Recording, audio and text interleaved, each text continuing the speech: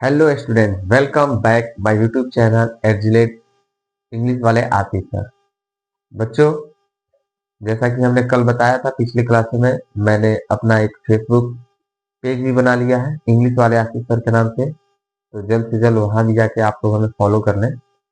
और बच्चों, part of speech में हम एक एक टॉपिक को डीपली समझने की कोशिश कर रहे थे।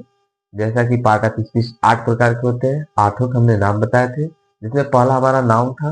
नाउन के 5 प्रकार हमने कल पिछले क्लास में पढ़ा। आज हम पढ़ेंगे सर्वनाम, यानी सेकेंड पार्ट ऑफ स्पीच का सेकेंड टॉपिक है प्रोनाउन, सर्वनाम। What is pronoun? तो प्रोनाउन का डिफिनीशन होता है, a pronoun is a word use instead of a noun. It mean noun के जगह पर प्रयोग होने वाले शब्द को हम लोग प्रोनाउन कहते हैं। एग्जाम्पल के माध्यम से हम समझेंगे। एग्जाम्पल जैसे Ram is good boy. Ram is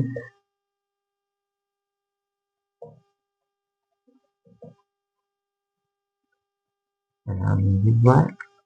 Ram play cricket. अब ध्यान देंगे, हमने एक एग्जाम्पल लिखा है, Ram is a good boy. Ram एक अच्छा लड़का है। Ram play cricket, sorry pledge cricket. Ram cricket खेलता है। यहाँ पे हमारा राम क्या है? नाउन है। और नाउन फिर से हमारा यहाँ राम आया हुआ है, यानी राम अच्छा लड़का है और वह क्रिकेट खेलता है। इसके जगह पे अगर हम इसको ऐसे लिखे, Ram is good boy, he play cricket. अब ध्यान देंगे, इस सेंटेंस में यहाँ पे राम 2 बार यूज किया गया है। और ये क्या दिख रहा है? और दिख रहा है, अच्छा नहीं दिख रहा है, भद्दा दिख रहा है कि बार बार नाम को हम लोग रिपीट कर रहे हैं, यानी बार बार नाउन को नाउन के जैसे ही लिख रहे हैं। यहाँ पर ध्यान देंगे कि राम अच्छा लड़का है और वह क्रिकेट खेलता है, तो राम के जगह पर प्रयोग होने वाले शब्द ही को ही हम क्या कहते हैं? प्रोनाउन कहते हैं। प्रोनाउन का डिफिनीशन हमारा क्या है? A pronoun is a word used instead of a noun, यानी नाउन के जगह पर प्रयोग होने वाले शब्द को ही हम प्रोनाउन कहते हैं। और हमारा नाउन राम है और राम के जगह पर प्रयोग हो रहा है ही, यही हमारा कहलाएगा प्रोनाउन।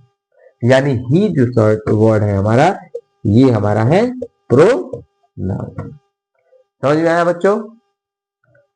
अब हम जानेंगे अब प्रोनाउन के प्रकार। प्रोनाउन कितने प्रकार के होते हैं? जैसे कि हमने पिछले क्लास में नाउन के 5 प्रकार पढ़े थे, ठीक उसी प्रकार अब हम प्रोनाउन के भी प्रकार जानेंगे। और प्रोनाउन के पूरे पूरे 10 होते हैं। अब 10 कौन कौन से होते हैं, आइए उसको समझते हैं। यहाँ ध्यान देंगे, हमने यहाँ पे मेंशन कर दिया है कि प्रोनाउन सर्वनाम जो होते हैं वो हमारे 10 होते हैं। और 10 कौन कौन से होते हैं? पहला पर्सनल प्रोनाउन, पुरुषवाचक सर्वनाम। दूसरा पॉसेसिव प्रोनाउन, अधिकारवाचक सर्वनाम। तीसरा रिफ्लेक्सिव प्रोनाउन, निजवाचक सर्वनाम। चौथा इंफेक्टिव प्रोनाउन, बलदायक सर्वनाम। पांचवा है डेमोन्स्ट्रेटिव प्रोनाउन, निश्चयवाचक सर्वनाम। छठा है इंडिफिनिट प्रोनाउन, अनिश्चयवाचक सर्वनाम। सातवां है डिस्ट्रीब्यूटिव प्रोनाउन, व्यष्टिवाचक सर्वनाम।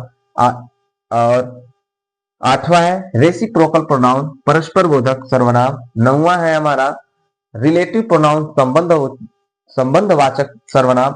और 10वां है हमारा इंट्रोगेटिव प्रोनाउन, प्रश्नवाचक सर्वनाम। देखिए बच्चों, हम यहाँ ध्यान देंगे, हमारे सर्वनाम की परिभाषा क्या होती है? जो नाउन के जगह पर प्रयोग होने वाले जो शब्द होते हैं वो हमारे सर्वनाम कहलाते हैं। और सर्वनाम 10 प्रकार के होते हैं। 10 का नाम हमने यहाँ पे मेंशन कर दिया हुआ है, जिसमें सबके बारे में हम लोग डीपली जानकारी लेंगे। फिलहाल इसके बारे में हम मौखिक रूप से समझने की कोशिश करेंगे। ध्यान देंगे, यहाँ पे लिखा है पर्सनल प्रोनाउन यानी पुरुषवाचक सर्वनाम क्या होते हैं। तो पुरुषवाचक सर्वनाम ऐसे सर्वनाम होते हैं जैसे आई, वी, यू, दे।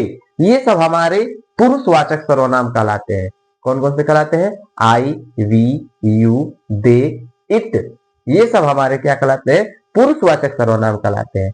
ठीक उसी प्रकार जो हमारा पोसेसिव प्रोनाउन है, अधिकारवाचक सर्वनाम, ये ऐसे प्रोनाउन का प्रयोग होता है जहां पे दिखाने के लिए, अधिकार दिखाने के लिए किया जाता है।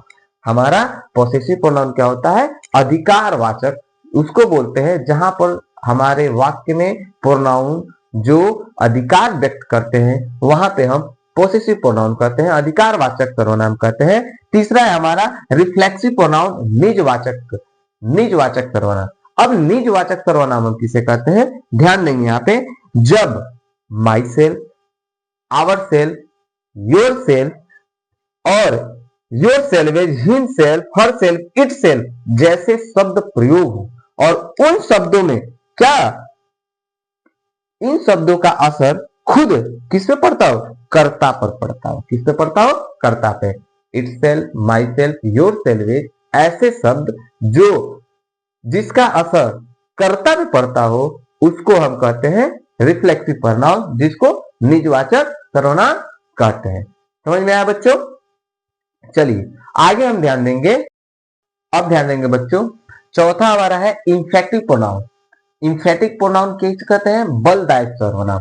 और ये ऐसे सर्वनाम होते हैं जिनमें myself, ourselves, yourself, yourselves, itself ऐसे शब्द जो नाउन और प्रोनाउन पर क्या जोर देने का काम करते हैं, यानी उस पर प्रभाव डालने का काम करते हैं, वहां पर हम कहते हैं इंफेक्टिव प्रोनाउन, बलदायक सर्वनाम।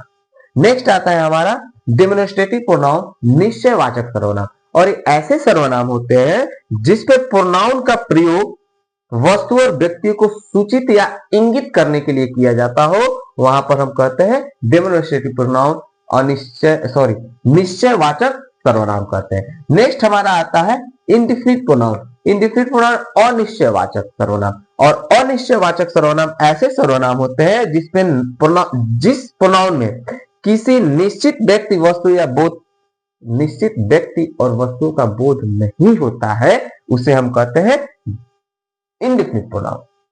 जिस प्रकार यहां पे ध्यान देंगे, पांचवा हमारा था डेमोन्स्ट्रेटिव प्रोनाउन, निश्चयवाचक, ऐसे प्रोनाउन जिसमें कोई व्यक्ति वस्तु पर जोर देने का काम किया जाता है उसे हम डेमोन्स्ट्रेटिव प्रोनाउन कहते हैं। ठीक इंडिफिनिट प्रोनाउन उसका उल्टा होता है, जिस प्रोनाउन में किसी व्यक्ति वस्तु पर जोर देने का प्रभाव नहीं किया जाता है उसे अनिश्चयवाचक सर्वनाम कहते हैं। नेक्स्ट हमारा आता है डिस्ट्रीब्यूटिव प्रोनाउन। और डिस्ट्रीब्यूटिव प्रोनाउन ऐसे प्रोनाउन होते हैं जब ईच, आइदर और नाइदर का प्रयोग होता है, वहां पे हम व्यष्टिवाचक सर्वनाम कहते हैं, व्यष्टिवाचक सर्वनाम के रूप में वो जाना जाता है।